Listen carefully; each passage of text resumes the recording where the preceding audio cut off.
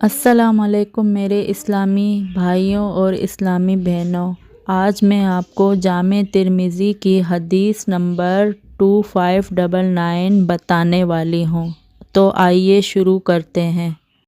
رسول اللہ صلی اللہ علیہ وآلہ وسلم نے فرمایا، جہنم میں داخل ہونے والوں میں سے 2 آدمیوں کی چیخ بلند ہوگی۔ رب عزوجل کہے گا، ان دونوں کو نکالو۔ جب انہیں نکالا جائے گا تو اللہ ان سے پوچھے گا، تمہاری چیخ کیوں بلند ہو رہی ہے؟ وہ دونوں عرض کریں گے، ہم نے ایسا اس وجہ سے کیا تاکہ تو ہم پر رحم کر۔ اللہ تعالیٰ فرمائے گا، تم دونوں کے لیے ہماری رحمت یہی ہے کہ تم جاؤ اور اپنے آپ کو اسی جگہ جہنم میں ڈال دو جہاں پہلے تھے۔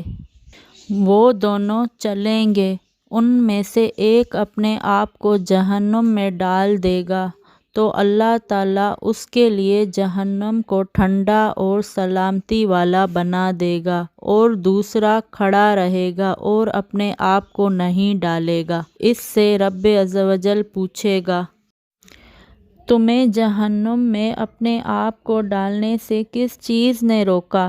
جیسے تمہارے ساتھی نے اپنے آپ کو ڈالا۔ وہ عرض کرے گا، اے میرے رب، مجھے امید ہے کہ جہنم سے نکالنے کے بعد اس میں دوبارہ نہیں داخل کریں گے۔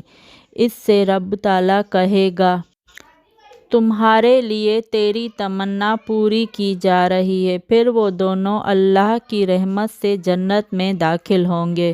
امام ترمذی کہتے ہیں، اس حدیث کی سند ضعیف ہے، اس لیے کہ یہ راشدین بن سعد کے واسطے سے مروی ہے۔ راشدین بن سعد محدثین کے نزدیک ضعیف ہیں، اور راشدین عبد الرحمن بن انم سے روایت کرتے ہیں۔ یہ ابن انم افریقی ہیں، اور افریقی بھی محدثین کے نزدیک ضعیف ہیں۔